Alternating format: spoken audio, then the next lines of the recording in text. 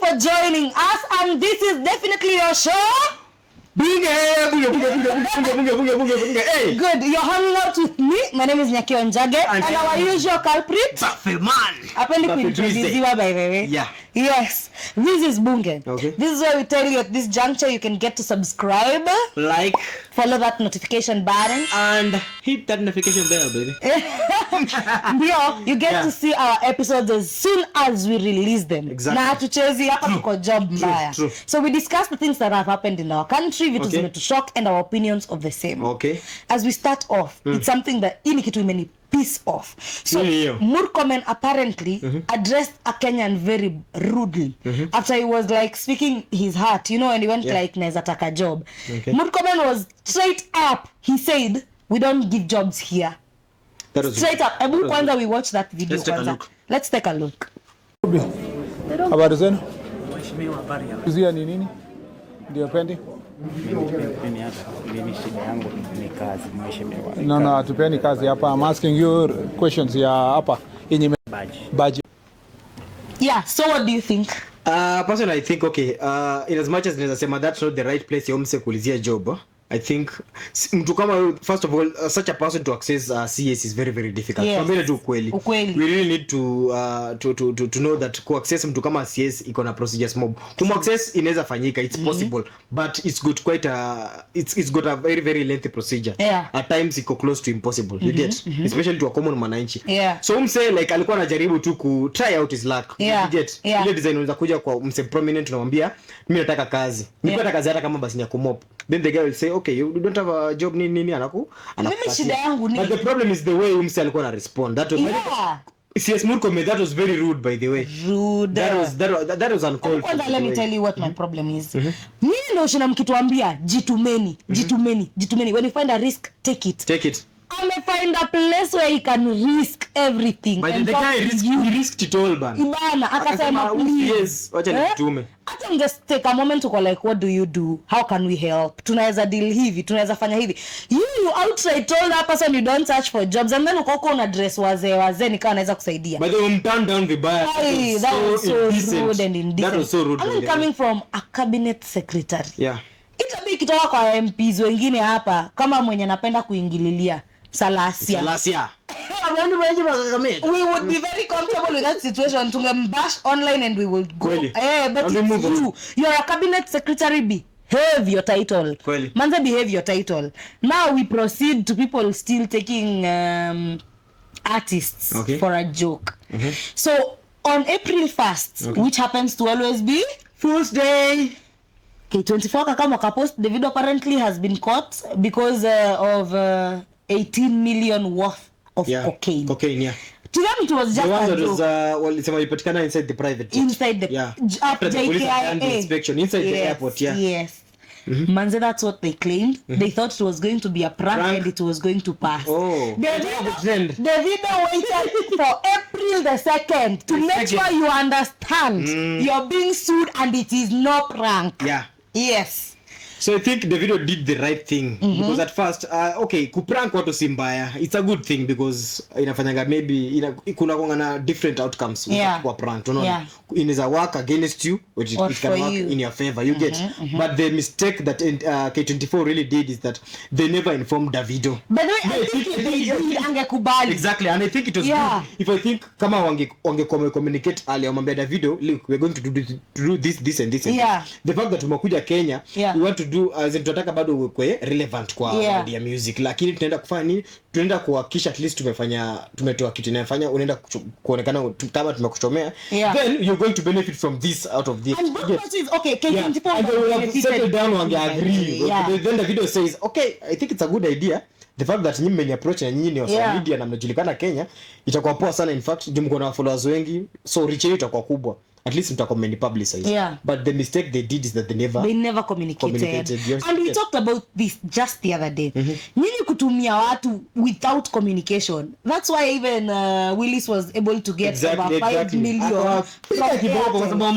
Amskiagi, and you continue. But you need to learn the hard way, because I think that's the only way you can learn. Imagine a brand like Davido. It's an international brand. You're associating him with the guy has got endorsements with the global companies. Like Puma, Mattel. Even Infinix. Yeah. And then you're coming here, you're playing with a brand name because it's April Fools. You are fooled, my friend. Such a shame. You would have thought better. This would have worked if it was so strategic. But the good thing is that you're going to pay for it, so that next time you don't do the same for other local artists or maybe international artists. Let it be a lesson to you. Pay the price. But then you need to pay the price. All right. Let me talk about people with money, and you don't even know where this money is coming from. Okay. So a gospel artist called Bunny Asila.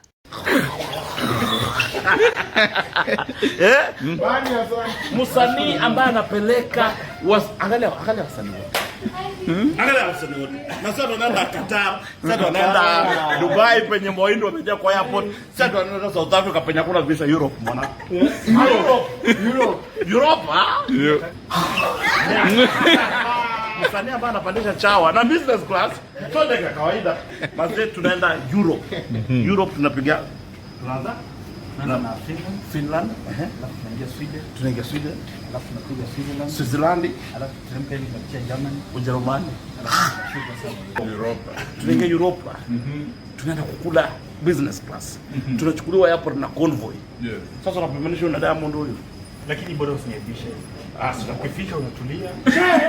Ukiketi kwa hiyo kiti yako business class sana. Usiingie chakula Kutane Europe mazee, tunazidi kufika na tunazidi kwenda courtesy of Bunny Asila mazee. So tunaenda international. Hakuna msanii mwenye ameipeleka watu Europe. Hata Diamond Platinum hajai. Hakuna bro. Europe. Unaenda Europe jamani?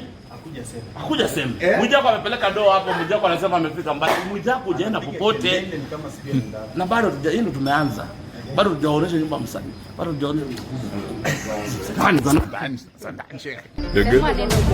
Neno moja tu. Daktari unasemaje? Finland is that you. Finland is that you. Keep it locked pale Mzikituan, pale kwa page ya Bunny Asila. Keep checking out updates pale kwa tunawapatia. Ala. Kwa somea umeandika.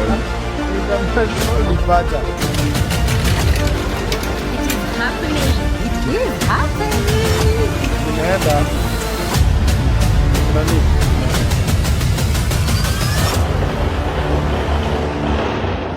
Business class mwana.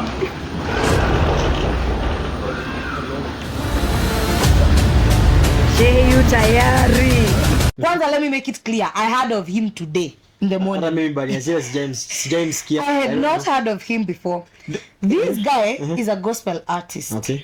He produces, I think, uko Europe. He has 3.97,000 subscribers on YouTube. Okay. 2 months ago, he released a song which got like 30,000 views. 5 months ago, aka release wimbo ingine ikapata like 77,000. So that already clearly explains that kupeleka other artists in the UK. Ngoja sijakwambia amefanya pesa itoke hapo YouTube. Pesa inatoka wapi? This guy has just ferried transported done whatever he has done to 10 people. Kasi pull and 9 upcoming artists. Amewapeleka Europe. But maybe ameenda kama luggage. Wewe unafaa ufungiwe na ufai kufunguliwa. Lakini let's be honest. Hii pesa imetoka wapi? This guy clearly his music is not that well publicized. Yeah, true. And if he's going to get publicized, it's because we are talking about him. Yeah, exactly. Alipata wapi pesa ya kutoa and 9 other people. Shehe Buddha, Shehe Kasipul. From Kenya all the way to Europe. To Europe. Do you know how much that's cost? Maybe akona other forms of business zenye hataki kudisclose, but tunajua hata. Acha tulikuwa tunamjua. Moja mbili tatu. Tunamjua. Unajua pia with money comes clout. Like for example when Pluto alipata. No, let me tell you, I don't have to tell you I have money, but there will be signs. Exactly. So if I have money, where are your estates?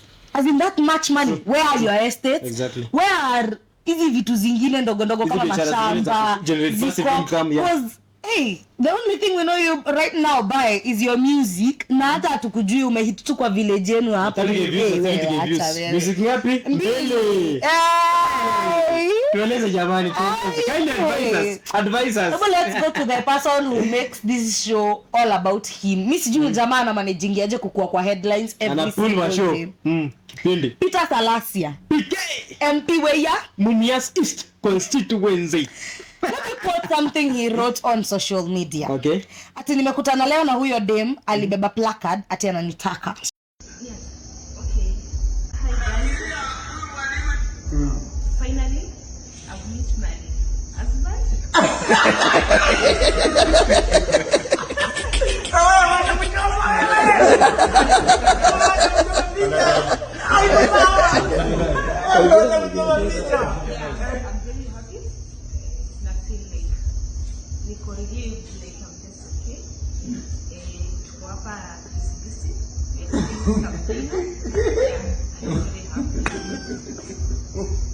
Umekula nini?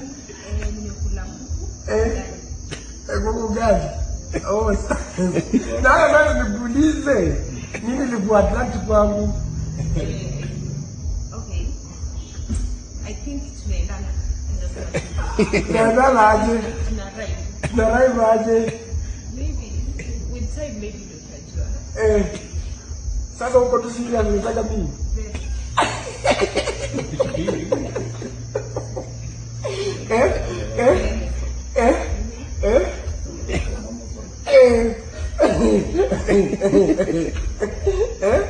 Sasa uulize unakuwa nani?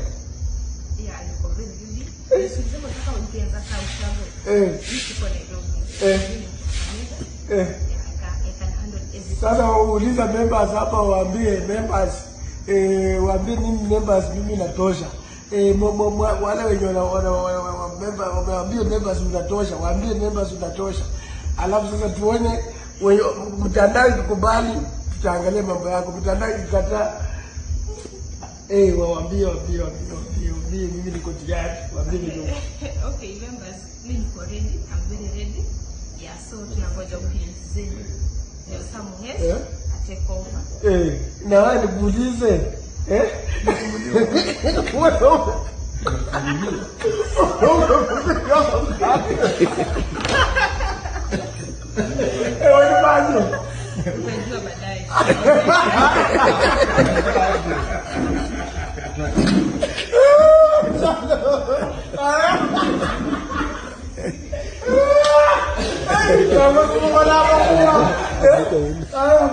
Thank you so much for meeting me. You're so good at this and meet with you. I get to know because it takes time anyway. And by good luck I was in Kakamega, so I'm traveling to Mombasa. As I said, I just have to kunywe kidogo, tukule, umekula ugali na nini? Umekula ugali na nini? Ndio chako. Umekula ugali na samaki hapa 360 Kakamega. So tumekula pamoja hapa, tumekula dinner hapa. Mlio mna members hapa kuna lazima mfumaka kwa hiyo Ngoja. Let me read for you this. Hata sidhani nitaimaliza. It's just disgusting coming from a member of parliament. True. Nimekutana leo na huyo dem alibeba placard ati ananitaka. Nimemuuliza kama bado ni vajo, akanijibu nitajua tu aki. Okay, akanijibu nitajua tu. Aki sasa nitajuaje? First of all, this statement is coming from one of your members of parliament. You guys, I want you to realize you woke up at 5 a.m. You're a madman. Mumias East. Hello? You woke up at 5 a.m. Manze, you people only chose to elect this guy. East. This guy. As in choice yenu. Ilikuwa ujamaa. Siko ubaya. Huyu msi anaandika, nimemuuliza kama bado ni vajo. Yaani anataka kupasua kitu, si ati ni nini? A whole MP. That's the kind of conversation we can have with you. A whole MP. PK Salasia. Hey. And when I tell you, PK Salasia afumanga. Let me tell you something. When I tell you, by the way, money just exposes who you are from the word go. Exactly. That is Peter's situation. Watu walimvote in wakihope ataangalia he used to be a very humble guy. Yes. Na maneno mengi. The only thing manze money alikuwa naye ni humor naye ameishi kwa very humble, yeah, and was so humble. Like, but I think the humility with time, I think we inatoka na do. But apana, this is not something to even say. Mi mwenyewe siwezi sema kitu kama hiyo on social media. Okay. This is the socials. Not only are the people of Mumias East watching you, plus you're trying to protect your reputation, because when you're in such a position pia, the way you conduct yourself in a matter, you get. Well, acha wewe. There's some language you don't use on platforms as such, by the way. And it's not only about kuaibisha hata watu wa Mumias East. Pia si unatuaibisha as a young generation. You're a young man. When we voted you, we hoped you would bring change.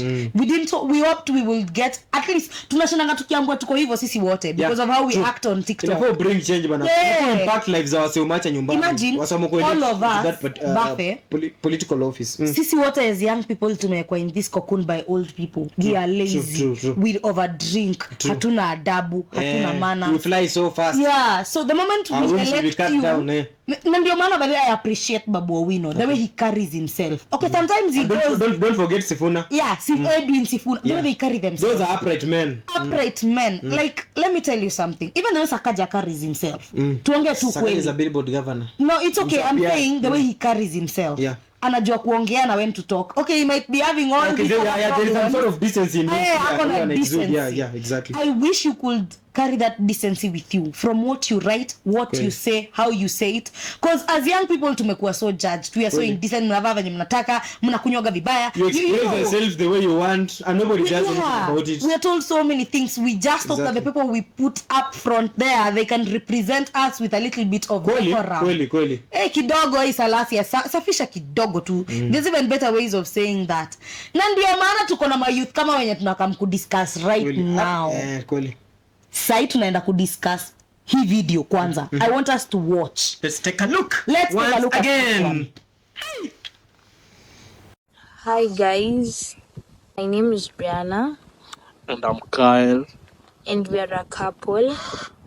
And we have been dating for 2 years. Is it true, babe? And we are not a normal couple. We should also add that. Yeah, we are not a normal couple. Actually, we are siblings. Yeah, you get us. Yeah, we are siblings. Yes, she's my sister. Yeah, we share the same father. Yeah, he's a deadbeat to me. Yeah, but to me, like, amekuwa available, nini. Yeah. Yeah, but please don't talk about him. So the reason we haven't been updating on our page is that we have been dealing with all these family matters with our deadbeat dad. To me, he's a deadbeat, but to her, like, he was always there. But to me, he's a deadbeat. So we have been dealing with all that, and I also broke my arm. So like, nimekuwa tu treatment hizo day nini, yeah. And we are here like to update you and to also like answer some of the few questions, and we are going to try to be consistent. So like ukiwa na swali and anything, just come to our page and ask all those questions. And I think I have some few questions, babe. Okay, ask them out.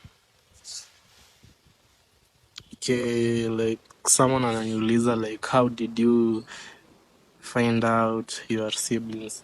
I thought we answered this question. No, on our last video that we shared. Yeah. It has full explanation. Yeah, like tulitoa video like who explain like everything. Are you both in school? Yes, we are both in school. Kwani tulipatana like tukiwa shule. Okay, and another big question that kila mtu like amekuwa akiask our friends, like people who are close to us, like, will you guys ever break up? Okay, to me, like dating my sibling, okay, it's not an issue to me because I love her. Na like pia ukicheki like in the Bible pia like people were dating their sisters, their cousins, and Abraham in this day and era, me love her. I love Brie so much. I think tuko na soul ties between us, and ndio ile I think ndio ile tuleta pamoja, and me I can't break up with you, and I love you so much, Nona. Yeah, I love you too, baby, because you have been there for me. You have stood by me. You love me. You are my soulmate. You are the best person I've ever met in my life. You're just an awesome person. You're also amazing. So Yeah.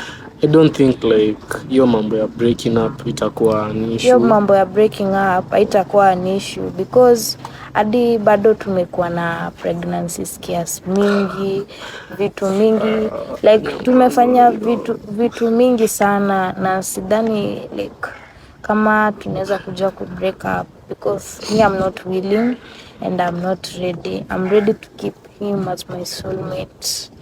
Yeah. Yeah, and we're gonna have kids. Yeah, together. To those saying that we are going to have abnormal kids, may you have abnormal kids, not us. Kindly. Yeah.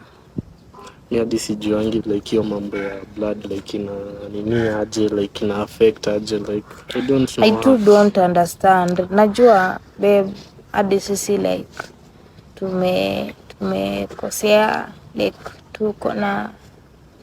And I don't think it's our fault. Skia, I don't think it's our fault. I think like that it's our dad mwenye alileta hii shida yote because yeye ndiye alicause everything. Yeye ndiye like alinifather tena like akaenda kamfather, unaona, and he was never really in my life, like amekuja tu kuwa in my life like time anaitishwa tu responsibilities za kulipa fees, only that. Hajakuwa like in my graduations, hajakuwa like since nikiwa primary, hajakuwa hapo. He was never there like nikiwa high school, so I don't really like care, I don't really love him, and ako hapo tu in my life tu juu ya kunilipia only like my university fees peke yake.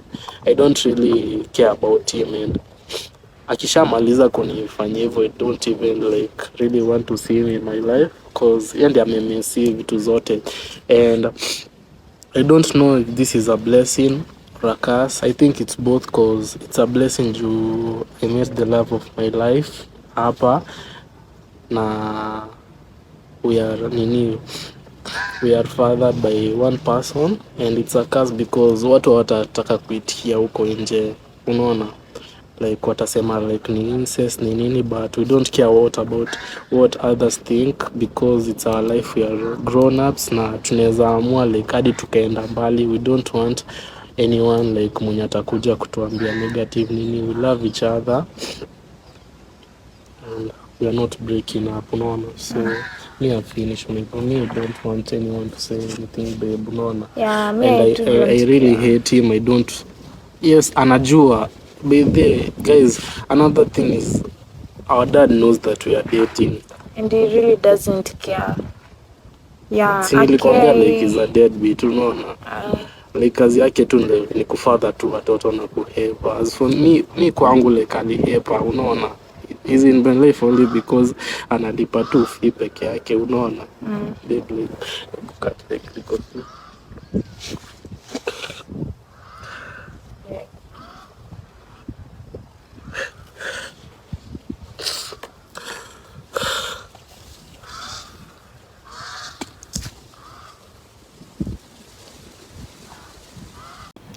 Now, these are siblings who are dating.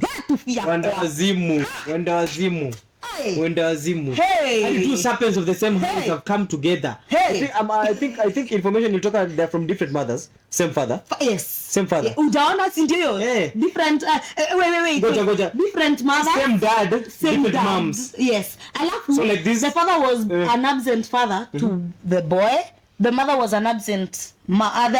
The father is a present father and a very good father to the lady. Okay, first of all, let me just comment about this particular video tumeona. Unaona such a thing ikianza kuwa displayed kwa social media, inamaanisha ina reflect, already indicate to us kuna very poor upbringing ya watoto saa hii. Hata watoto wanakulanga maserela. Exactly. Hata Let me tell you something, not only is it wrong ati kwa macho yetu because it's incest or people are Christian, hapana. Scientifically, like you're trying to compete against nature. Scientifically, like the Lord Almighty has built as nini aliumba mwanaume na mwanamke, but you're trying to as in nasema watu wa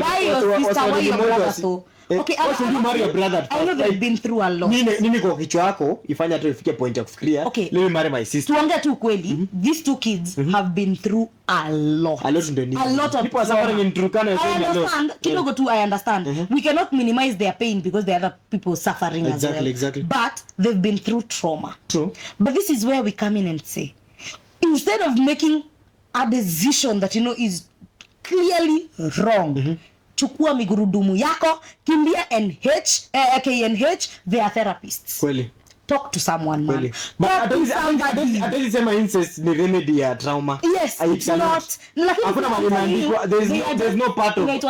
Transference, it's called transference. Where you have pain. For example, ni amkeleo. Tuseme mimi nimeolewa. Nipigiwe kelele na bwanangu. Then nikuja hapa kwa show, nikuja kupigia kelele. You see that's transference. But they are, ndio nasemaje? Hiyo yao, it's misplaced. They are trying to transfer the pain of their childhood trauma to incest. Sure. Okay, I know you need that person. Where you went through poor parenting. Yes. It's not your fault. Terrible upbringing. But you're the fault ya mzee wako. So don't allow it to get into you. You do not allow it to carry to your generations. You are supposed to be the generational curse breaker. Sasa umekuja hapo mbeba curse unataka kupeleka kwa sister. Ukazaa serpent na ma serpent tena zioane. That's a generational curse. That's a generational curse. Okay, in as much as I want to understand your pain, Pia, I blame you for not trying enough to educate yourselves about what you're going through. True. Sahi, kama mnaweza afford simu ya na muingie social media mtupe hii story, it means you can afford bad dolls. Bad dolls mko nazo. Yes. So, it means something very simple. You can go and Google. But so far vitu mnafanya ni utoto na ujinga. Utaambia waziwazi, mwende mkae chini, go meditate about it, kaeni chini kwa room. Go for therapy. Ndio therapy. Sasa imeshafika somebody mwenye mko close mwambie. And this is why they've been together for 2 years. And that's the reason as to why they usually say that ukiwa na problem, no matter what you're going through, talk to kuna wala uko close now, you need to talk to these guys so that they can at least help you to settle the kind of pain uko nayo you get, because at the end of the day utaifanya peke yako. No man is an island. Wewe familia yako inaweza kuwa mess. Your family can be a mess and you don't have someone to talk to. Ndio maana nasema aje at KNH these people give therapy. Sometimes I think it's ataanza kosa hata somebody they can also talk to each other. Watu wajiulize tunafanya nini? Alafu I don't understand why a sibling kuna hadi distant cousins. Mama sana. Like so many stages of incest before you commit the serious crime. Anyway, let us proceed about talking about things that are unconstitutional / pressure ya nje. Because Uganda's constitutional court has declined to nullify the Anti-Homosexuality Act in its entirety. Big win for Uganda. Yes. Big win. They have said, the judges have said very clearly, we find some sections that are inconsistent with the rights to health, rights to privacy, and freedom of religion. Tunaona kuna inconsistencies. But juzi hiko haimaanishi tuwakubalishe ikuwe mkwe into law. Exactly. No. True. I think that clearly shows the kind of state Uganda is when it comes to observing their cultural beliefs, the customs. Na pia to stick to their word. Exactly. They don't rely on, they don't easily get affected by external pressure. No. And it doesn't matter the kind of country yenye inajaribu to bring about a certain emotion. I need these guys to understand something. What were LGBTQIA? No one hates you. No one hates you. We love you. Like, let me tell you. I don't love them. Wait, let me tell you something. I don't love them. If you don't tell me your business, I even don't care about your bedroom business. Unless I'm directly affected to your bedroom business. True. Unless umekuja ukanikatia. That's when now I can care. Mimi hata usinikatie bado sikupendi. But I'm telling you, no one, okay, that's his take, but no one is against at you all that hulabalu. Shida yenu ni moja.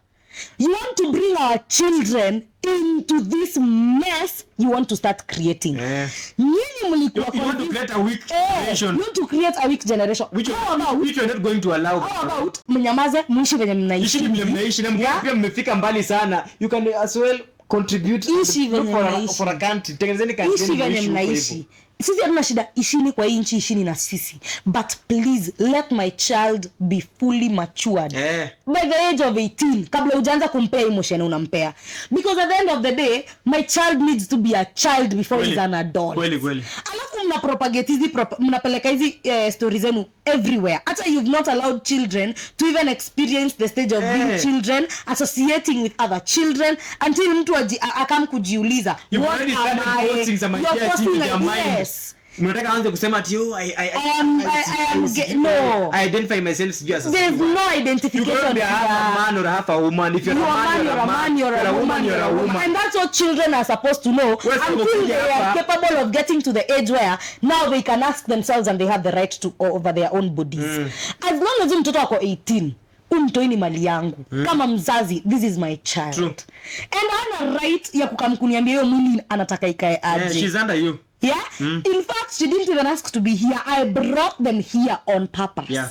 So until they are of legal age to take care of themselves and bring people in this world, acha kupush issues kwa akili. Kama walikununua wakamanage ikakuwa successful. Yes. It's up to you. Lakini before my child gets don't keep on recruiting people to your team. Don't recruit. Why are you recruiting people to the live your life. rainbow community? Live your life. There are people in the same community with you. Live your life. Trauma that you're going through, go through it alone. Now because ulikataa kujidentify as a normal human being, unataka kujidentify kama mtu mwenye siju unakaa mtu wewe siju mtu you're just you're a dragon. You live your life. Wewe ishi maisha yako, hakuna shida. Acha kurecruit watu. Kuna the same way I say, the same way I say Bafe.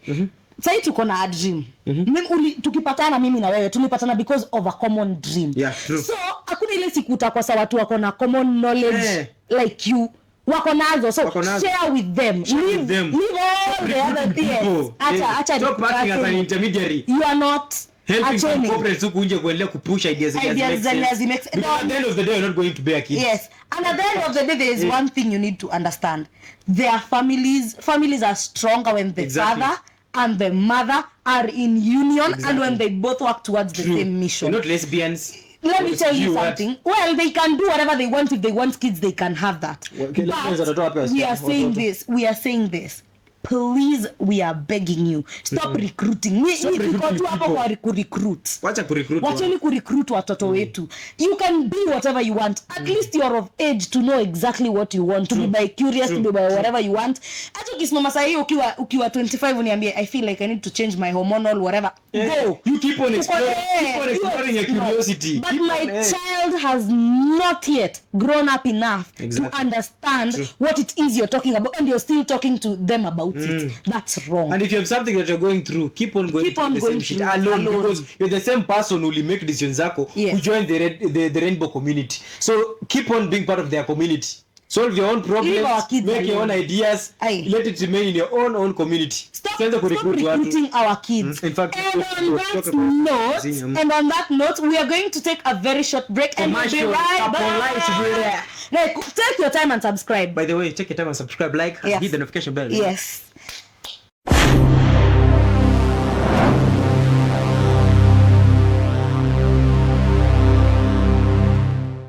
Welcome back. Kama kawaida, this is Bunge. Hey, Bunge. Of course, and you're with me, your girl Nyake Njage and Bafeman, bro. Yeah. Now, we are here because we're here to tell you what we feel about what is going on in our country, and we are hoping you will interact with us as we proceed 100%. because these are matters that affect our nation. These are matters that affect us directly, and we want to hear from you. 100. Yeah. 100. Your comment is very important. Very to important. us. Andika kwa engagements hapo kwa comment section. That's engagement. Yeah, talk to us. Talk to us. I know you feel other see vitu tunafeel you feel like talking to us, but I know we feel something close. We don't ignore messages. We don't, by the way. Yeah. We are there for you. Yeah. Now let's talk about what happened yesterday or the day before yesterday in Ghana, where the president got an award in this event, and then in the same event akakama out akasema the president of Ghana, Nana Akufo-Addo. You know him, Yeah, I know him. He has endorsed the AUC chair for Raila Amolo Odinga. Okay, first of all, I'd like to say that if at all he's at least honest in whatever he said, if at all he meant whatever he really said, I think that's a very good. Wait, do you think this is a good move for Baba? First of all, okay, it can only be a good move for Baba if at all the guys who are saying whatever they are saying will really mean whatever they are saying. Wait, because for him to go to AUC, okay. I need you to realize for him to go to AUC, akisha ingia hapo, he is not going to vie for any Kenyan presidential seat unless atoke before I resign AUC chair ndio aweze kurun for presidency. Baba amekuwa ni yeye mtetezi wa wanyonge. Kweli. Now do you think it's a good move for him to go to be AUC chair? Itakuwa good move for him, not only for him but also for Ruto. Because Ruto the fact that atakuwa already na msee mwenye AU chair mwenye anatoka kwa country yake, it's going to be at least simple, let me say easy for him to be able to table some ideas, unaona, to better our continent, unaget. So itafanya Ruto atakuwa na at least pia influence. Okay, so to some point. Thank you for saying that. Ruto will have a lot of influence. To some point, do you think this is a much anticipated event? Yenye tunaona ni kama Ruto might take over East Africa. He might take over. He might. Because that's how you start taking over. Exactly. Pole. Kidogo, let's look at the states that surround Kenya now. Kenya has a stable democratic is a stable democratic republic. Tuko na president ya tunashinanga tukicomplain fine, but tuko na president and we are doing a devolved government. Yes. Let's go to Tanzania. Tanzania have a woman as a president called Samia Suluhu. You already know because of where we have come from. Women are not that highly regarded. True. That's it. Museveni on the other side is also aging. He's aging, he's old. Let's start here. He's old and he doesn't have prospects anymore. The citizens of Uganda already have yes. From they are exhausted from him based on their past experience with Museveni. They've been really going through a very hard time. So I don't think they're going to elect Museveni whatsoever. Let's move this from there. We go to South Sudan. South Sudan. Ukiangalia Kenya, they are here. They are just there. They are here. No, they are in our country. I'm not kidding. They are literally in our country. True. So already we don't even need to go and conquer there. We just need to. They're already part of us. Yes. This is to extend our border. When we look at Ethiopia, on the other hand, Ethiopia pia imekuwa na issues. But so Ethiopia has not been quite. But let us not include Ethiopia in this particular story. But I just want us to talk about the countries that we are talking about. Sure. Yes. We can be able to. Let's see that. Do you think? I love you see when Ruto was going to search for the AUC seat. He didn't start with Ghana. Exactly. He started where?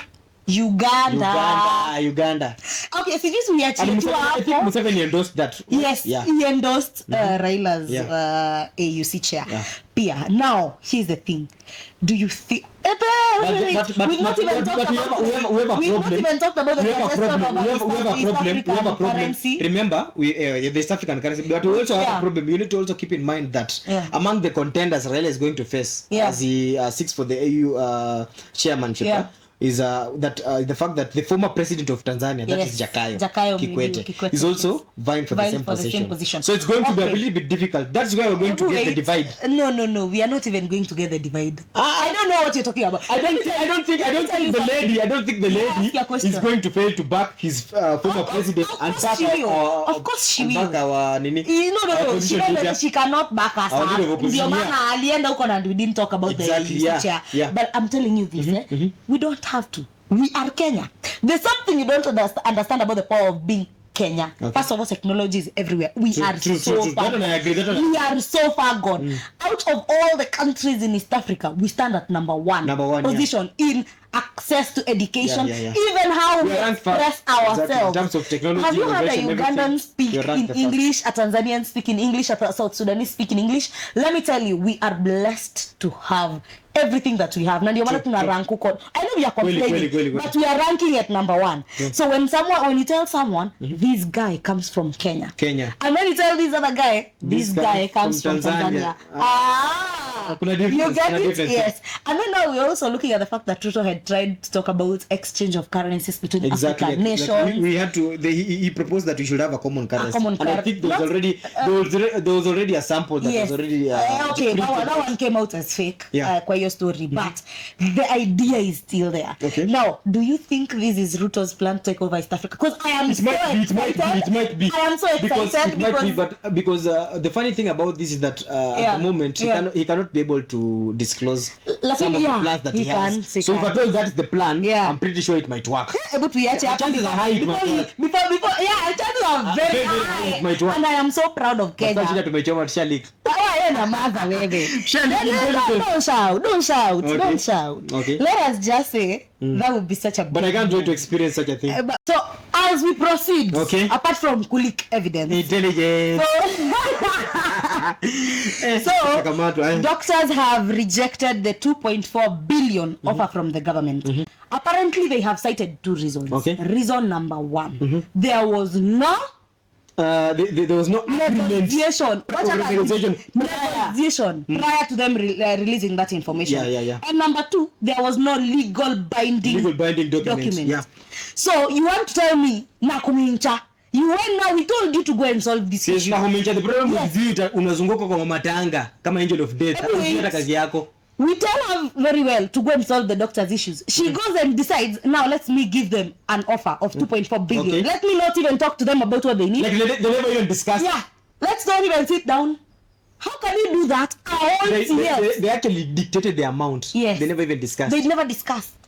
I think, and then, how do you propose such kind of a huge story, huge idea with no legal binding document? That's so informal. I think it's not even informal. That's so class 2. Sisi watu wa high school tulikuwa tunasema I have gotten my information from Kamusi. When it comes to dealing with such matters in the state, you cannot be able to, as in a way to say by word of mouth, I'm going to give you 2.8 billion. How? From where? And you expect me to believe you? What am I supposed to? You're addressing a body of practitioners. No. That is KMPDU, the Kenya Medical Practitioners and Dentist Union. How dare you? You can always lie. Unaweza hata sema I was drunk on that day, I said that. But if you have a legal binding document, there's no way you will jump that story. True. You can't jump the gun. You want to say something, they go back and then you jump the gun. So that you also go and turn around things in future. I know. Let's talk about let's talk about hainas. Imefika mahali, even now schools have started teaching people haina lessons. Just because children stray wild animals, stray hyenas. CS tourism. What are you doing? These are children, our children going to school, man. Buffet. These are our kids going to school. You're here, you're at Tulikupa tu tasks mbili tu. Number 1, just check the borders. Check the bounds of the national parks. Make sure they are okay. Make sure that there is no sort of escape route or escape anything, unaona, asikusikwa na place yenye animals is escape. Because we need them and already there is usually a budget money that is allocated for those activities. So hiyo ni si kitu ngumu, like kuweka fences kublock wanyama wasipite. Electric fences unaweza kama unza jenga ukuta, you know. There several options that you can use. The good thing is your department is not aina stress because tourists come and bring money. That money should just be used for that to maintain to bounce. That money they bring should not even go to any other place. It's all going to your department. Exactly. Pesa yenye inakuja tourist attraction, it's supposed to make fences, pay them. Where is the revenue going to? Where is the revenue going to? Because kama unaweza pata billions of money from tourism. And if at all our children can die in those roads by hyena. Fences zenye zitakuwa maintained with hundreds of thousands of money, afai kwa inakupatia stress. Protect our kids. Protect our kids. Bana up your game bana. You know you know you're well educated. You're well learned. You know what. So kindly do something about it. So now as we proceed to someone who naona tu nikaa anatupigisha stories za hapa tu jaba tunachana tu na ujamaa because he's saying President Ruto is saying he has promised to increase the diaspora remittance from $3.8 billion to $10 billion. Kwa sababu 3.8 billion ametudanganya because as we are speaking last year's diaspora remittance ya export labor, ya structured export labor ilikuwa 4.5 billion by the end of 2023. So it is only during that drop. Yes. So wewe ndio umeangusha diaspora remittances. Do not even put that issue on anyone. So how are you planning to get to 10 and you've already dropped from 4.5 billion to 3.8 billion? Exactly. How are you planning what to are some of the things that you're supposed to do? But anyway, because we employed you and we don't want you to have a lot of stress searching for solutions, acha tukupe solutions. So you need the freedom to the reason why arrangements, the remittances, the diaspora remittances keep dropping is because of certain reasons. For example, we have expensive passports. Exactly. Yeah, because there's been an increase in the passport prices. For example, the 30 pages passport rose from 4,500 to 75. Yes, then I think the one that was after that, the medium one was the 50 pages. Yes, it rose from 6,000 to around 9,500. You get. And then we have the 66 one that rose exponentially. It rise from 7,500 all the way to 12,500. Yeah, I remember. Now, these are the prices of a passport. Okay. Toka hapo. Let us talk about how expensive it is to attain a visa and the requirements that are out of this world. But there are so many red tapes when it comes to getting a visa or other permits to be able to provide their services to other countries abroad. So like kuna issues mob sana kwa embassy, especially in the immigration offices. There's a lot of corruption. That I need to say this. Let's even say other kwa passports, the corruption is everywhere. Yeah. So now the kind of labor, when we talk of structured exported labor, we're talking of both skilled and unskilled labor. Exactly. Now for most of the skilled labor, ni sawa utapata watu wenye wako aged between maybe 30 all the way to probably 45. Because labor export from 60 and above. But now when we are talking about unskilled labor, hawa ni wase wadogo. We're talking about young guys out here, young girls out here who are doing kazi ya kuamboch na wako energetic na they are willing to do the task. And unskilled labor is the biggest percentage we share abroad. Now come back to me. Umse wa unskilled labor anaweza afford passport ya 34 sangapi, the 34 pages because it's at least then it was it was 4,500 exactly, at least una hustle hapa na pale now it is 7,500 umeongeza umse 3,000 G's extra. For example akifanya hiyo kazi yake alikuwa amepoteza ID to replace an ID it's 1,000 bob. Talk kidogo about her getting now a visa, the red tape yenye iko kule kwa embassy. Exactly, because people there's a rise in increase of revocation of visas. Yes. Now let me ask Mr. President, with all these problems you're solving none. Tuanze tu hapo. Zero. With all these problems you're solving none, yet you're standing there lying to me that you will increase the diaspora remittance from 3.8 billion to 10 billion. Impossible. You have a vision tunakubali, lakini hao watu wanawako chini yako wote ni madoanzi, corrupt, wamegandishana vibaya sana kwa embassy, watu wananyimwa mavisa. Wataenda majuu kupata job. Mbona anaenda majuu kuoshea mtu vyombo ama kufanyia mtu kazi kwa farm? Wataenda na unanyimwa visa na hata achana na visa, hata kabla afike kwa visa, hata anapata passport. Idea hizi anatoa wapi? Unamnyimaje? Una expectaje remittances, diaspora remittances increase when these people are on a daily note? Unakumbuka kwanza it got to a point where he's now that guy was the immigration officer was saying we don't even have the 34 paged passport. You have to get the 50. I think they were so loud ama walikataa tu. Njoo sometimes they are not in production. You tell me you're not working on these things and you expect the diaspora remittances zipande. Who are we taking? At all we are taking people out there. We need to give them easy accessibility to the world out out there. At least kuna fako na factors zenye zina favor. Wako able to pursue whatever they want. You get. So but because hata wakipursue hizo nini, wakipursue hizo vitu wataka kufanya abroad, there's some benefits the government will get. Yes. There are some direct taxes that go to get from the export level. You have forgotten that these guys will be getting things from Kenya and are exporting them abroad. Like the same people who are going abroad are still going to invest back into their country. Because we can agree like during you see hii mwaka ikianza during the January hall ya kurudi maju. People were saying they cannot go back without smokies from Farmers Choice. Kweli? That is exposing a company that is made in Kenya, produced in Kenya, done in Kenya, abroad. Kweli?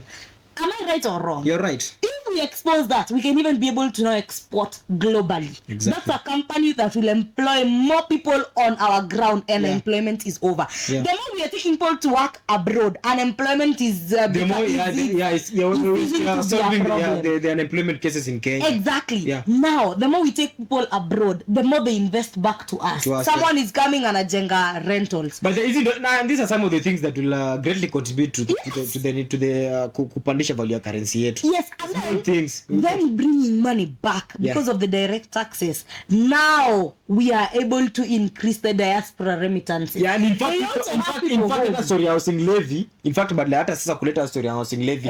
Those guys are working abroad are also going to create revenue yenye itakuwa kufanya housing levy. We don't have to even get it from taxes. Because they'll be the same people whom their children will benefit from the houses. Now all you're doing is chukuaring loans instead of ensuring that your CSS are behaving accordingly. Let your CSS behave accordingly, especially in the immigration office. Let us go there, get our passports, get our visas on time. And you will see a change. When young people go abroad, they become a resource. By the way, tumesema ati haiko achievable. By the your idea makes a lot of sense. But the problem is the people that you've appointed, man. And they are making it so hard. They are busy cutting deals. They are busy cutting deals in the offices. Behind your back when something. Come on, your idea is a very good idea. It can even get you voted back in 2027. It's achievable, and people will still give money. But the people you've appointed. Can you imagine if tutuwehi from 4,500 to a passport at 2,000? And then we make the process faster. Do you understand? In the next 2 months, over 1 million youths can have left the country. Because already we've got set agreements. Kuna steps in already. Our laborers, they're coming to the country. So what we need to do? They also need to make the issue of the permit easier. For the people who are going to provide labor to their country. Because at the end of the day, how do wanatuhitaji?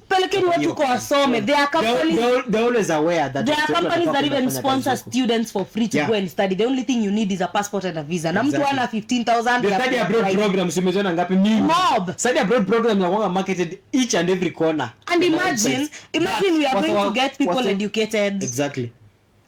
Ruto, you need to think about the people you have appointed. Yeah, but you've got a good idea, but the people working under you. Now let us also talk about this person who was appointed in Nakuru. Yani, mimi watu wanimaliza tu nguvu hadi kwa magoti. MP. Yes, and this is the last one. This is our last story, but it's very inani heart. So sad. Inani heart. So apparently the Nakuru MP Samuel Arama, he subjected a school boy and embarrassed that school boy. Akamfanya ashike placard. How do you tell a student to carry a placard? You're praising yourself. The problem is not even what was the Manila. Dictatorship of the when you look at that kid, that kid looks like manze, he doesn't want to be there. Akona low self esteem. Mbona vile mimi hata ni kama hataki watu wamuone. Kama amemfanyia fifa kubwa. Asante mheshimiwa for the bursaries. Bursaries is your job to give us. You are elected in that office to serve the people. We are not supposed to thank you for giving us. Wewe umeenda hapo umeenda kupatiana watu waandike vitu kwa placard. Shule unabeba mtu wa shule ufala you out of your mind. This is what I'm talking about. Watu wa Nakuru wanafaa kugather wa impeach jamaa. To the electorates of Nakuru constituency. Mimi nataka kitu moja. Next hata msimwimpeach next time msimpe kura. Simple tu. Hakuna hata ajibambe. Nusu aingie kwa gava. But you need to be impeached. You need to be impeached. Say atu aweki. You need to be impeached. The same way we are saying we are tired of Sakaja in Nairobi. Wewe una behave. Ajua ni kazi gani? A kid. Grow up. Na hiyo pesa si atini yako ya mfuko. I know. Pesa yao watu wenye kukupatia au people who have elected you, those are their taxes. That's their money. And it was never even your idea. You're acting as if you pocketed your money. I know. Ungekuwa umetoa pesa yako kwa mfuko. kwenda huko. By the way, hata ungefanya hivyo mtu mzima, unafanya hivyo mtoto. Mtu mzima cause unajua utamlipa. Very foolish MP. That is terrible. Na utoke kwa hiyo kiti. Atoka hapo. We need people who can reason. Hiyo ni ushamba sana. Vitu watu wanafanya time ya tano, wewe unataka kufanya saa hii time ya moi. We are past kuwabembeleza. At this point we are past kuwabembeleza. Kubembeleza kama unafanya kitu ni mbaya tunakwambia ni mbaya. Kama unafanya kitu mzuri tunakupongeza. Let's call a spade a spade. Hiyo ni kazi mtoto man, uliona wenye mtoto anakaa kwa amejificha. You understand? This kid is clever than amekuja mbele. You understand? This kid is clever than all of them. He is the only one who was feeling like this is such an idiotic idea. Manze. But because kwa ina position yenye hawezi ongea, juu wanamfanya feel kama wanamfanyia favor excess. Wewe go and impeach your governor. That has been it from Bunge. In fact, you are mad. We are pissed. Funge. Anyway, kimkurugenzi, adios muchachos. Peace.